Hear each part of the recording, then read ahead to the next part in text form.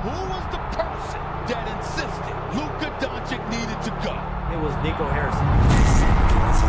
I didn't know that Luka was important to the fan base. He's supposed to have a statue. Defense wins championships. Time to tell him I'm right. He just said the way he's talking right now, it's time for me to move on. He was your guy, never wanted to leave, and you pushed him out the door. It's unforgivable.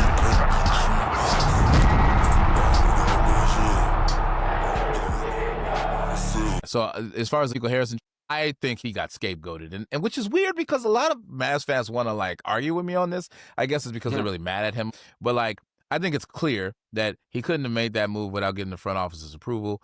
You said that Patrick Dumont initially laughed at you when you brought him the Luka trade. What did you say to convince him to approve it? It wasn't really it wasn't really a laugh. It was more of a chuckle. Really, nigga?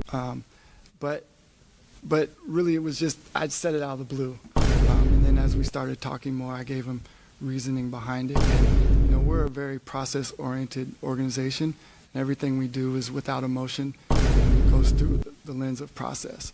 And so once we had those substantive discussions, then he saw the vision.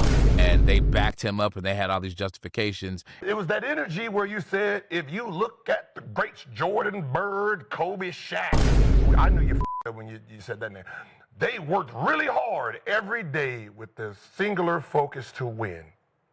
And if you don't have that, it doesn't work. And if you don't have that, you shouldn't be a part of the Dallas Mavericks.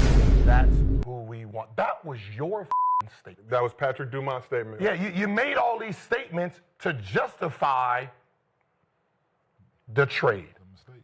It wasn't Nico. We didn't hear from Nico. They had to beg that motherfucker to do a goddamn interview. And then when the stuff hit the fan and their season started going really bad and a whole bunch of injuries, which are out of his control, happened, then it was like, oh, the front office has to do something to save face. So what do? Well, they cave to the pressure to fire Nico from the fan base.